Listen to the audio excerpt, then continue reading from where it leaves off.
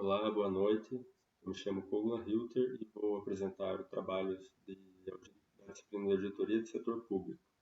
E o tema escolhido foi o planejamento em auditoria.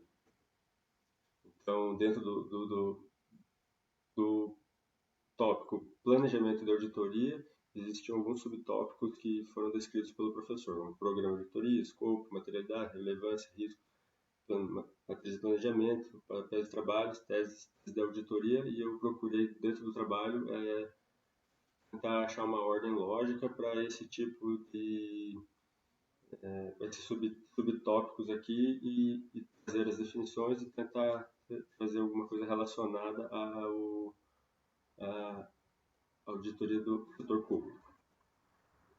A ideia inicial do que é auditoria, que é um instrumento que o gestor pode utilizar para assegurar a efetividade do controle. Nesse caso, que eu estou usando o Peter Machado, com o Manual de Auditoria Governamental, ele traz isso para o setor público. Eu utilizei essa bibliografia, mais o material de links e alguns materiais que eu pesquisei na internet. A gente vai ver lá na frente. Tendo em vista, aferir a fidedignidade da prestação de contas. Então, a auditoria no setor público é um dos instrumentos para atingir a fidedignidade das prestações de contas.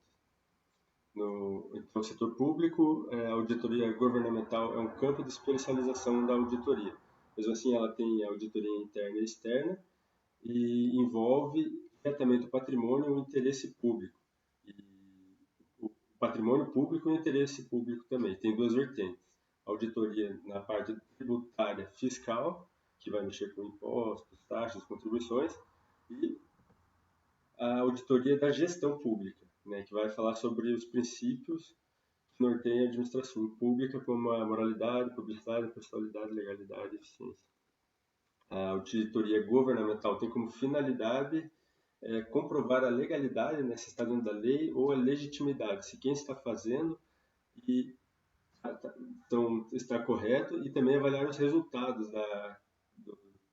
do sistema público quanto à economicidade, eficiência e eficácia da gestão, dos orçamentos, da parte financeira e patrimonial das unidades, né, dos órgãos ou das entidades da administração pública, bem como a aplicação dos recursos públicos que o governo empresta para empresas, para entidades de direito privado. E isso para dar um suporte à supervisão ministerial. O desenvolvimento do processo de auditoria tem 5 fases. O Peter e o Machado falam das fases de análise preliminar ou pré-auditoria, planejamento, execução, revisão dos trabalhos de campo e conclusão. Então, eu vou falar especificamente sobre a fase de planejamento, mas antes de falar da fase de planejamento propriamente dito, eu vou falar um pouco da análise anterior, da fase anterior, que é a análise preliminar. Que nessa fase preliminar se faz o levantamento das informações relevantes sobre o objeto, aquilo, né, que vai ser auditado. E para conferir, para saber quais questões que serão examinadas, né? Saber o objeto para saber quais questões serão examinadas, para estabelecer alguma estratégia de fiscalização e assim como designar a equipe. Já o planejamento, que é a fase posterior à análise preliminar, é delimitar o objetivo e o escopo da auditoria. Também definir uma estratégia metodológica para estimar os recursos, os custos e os prazos para a realização da auditoria. Essa etapa compreende, na etapa de planejamento, a elaboração do plano e do programa de auditoria, que a gente vai ver mais para frente. Aqui eu achei uma frase interessante, planejar envolve ainda o controle quanto ao tempo, né? Então, para você não saber otimizar o seu tempo gastando menos recursos, né? E o objetivo principal do planejamento seria determinar os riscos e a extensão dos exames de auditoria. Sendo que o grau de confiança nos controles internos e no sistema de informação são pilares para os trabalhos de campo. E os erros e omissões acarretam uma série de consequências nos trabalhos e nos resultados da auditoria. E o planejamento da auditoria compreende 3 partes principais. As avaliações de controle interno, que é é um tópico que eu tenho que apresentar, o sistema de informações, a revisão analítica e a avaliação de riscos da auditoria. Vou falar um pouco sobre a avaliação dos controles internos. A avaliação de controles internos e o sistema de informações da empresa, eles vão determinar se vai ser aceito ou não o serviço, e também o escopo e a extensão dos procedimentos de trabalhos que serão executados na auditoria. O sistema de controle interno e o sistema contábil são procedimentos utilizados para a proteção do patrimônio, promover a confiabilidade e a tempestividade dos registros das demonstrações contábeis. Aqui eu estou citando o GLIMS, né? Falar sobre o risco da auditoria, que é o risco do auditor emitir uma opinião inadequada sobre determinado objeto, sendo que são significativamente incorretas. Então, é o caso do auditor afirmar que o objeto está adequadamente representado, quando na verdade ele não está adequadamente representado. Ele tem erros ou classificações incorretas que podem ser relevantes ou materiais. Já o conceito de relevância diz respeito sobre o efeito ou a influência que a omissão traz na informação. Isso, claro, sempre pensando na decisão no usuário. E a relevância ela pode ser causada por fraudes e erros. Na fase de planejamento, deve estabelecer um nível de relevância aceitável para permitir a detecção de distorções relevantes. E aqui fala que os documentos devem ser documentados com papéis de trabalho e para fazer referência à execução e às conclusões do trabalho. Os riscos da auditoria são classificados em riscos inerentes, riscos de controles, riscos de detecção. Os inerentes é comum a qualquer tipo de atividade empresarial. Então, ele é inerente, não temos certo controle sobre ele. A suscetibilidade de uma afirmação antes de qualquer outros controles que podem ser feitos pela entidade.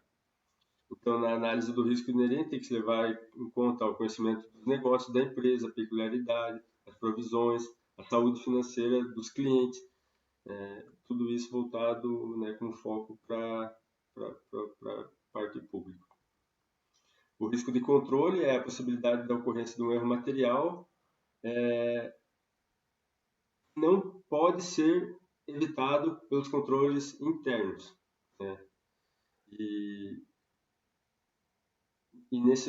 E os riscos de controle eles devem ser verificados e devidamente avaliados no planejamento de auditoria, assim como os riscos de detecção, são riscos quanto aos procedimentos executados pela auditoria. Esses procedimentos não serem capazes de detectar um erro material. Então, os auditores devem compreender o objeto que deve ser avaliado, a relevância dos objetivos e se existe a possibilidade de alcançar esses objetivos. A partir do conhecimento e da análise preliminar do objeto, a equipe poderá definir o objetivo. O objetivo nada mais é que o alvo que se quer atingir. A situação dentro das questões de auditoria que serão investigadas. As questões de auditoria já são questões que evidenciam o núcleo central dos trabalhos e direciona a escolha das metodologias utilizadas pelos auditores, assim como as técnicas que serão utilizadas. E dessa forma será possível alcançar os resultados que se pretendia obter na fase do planejamento. O escopo ele já é a delimitação para a implementação dos programas de auditoria. Tem como base os trabalhos desenvolvidos na fase preliminar, considerando aquilo que foi falado, a relevância e os riscos detectados.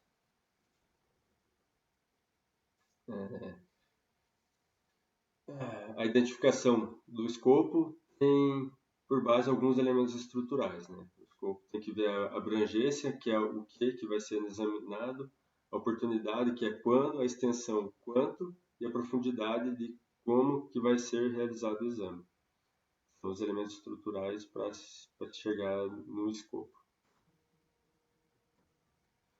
A determinação do escopo ela é feita por testes e definida pelo valor mínimo pela qual a ocorrência do erro não detectado pode vir causar nas distorções.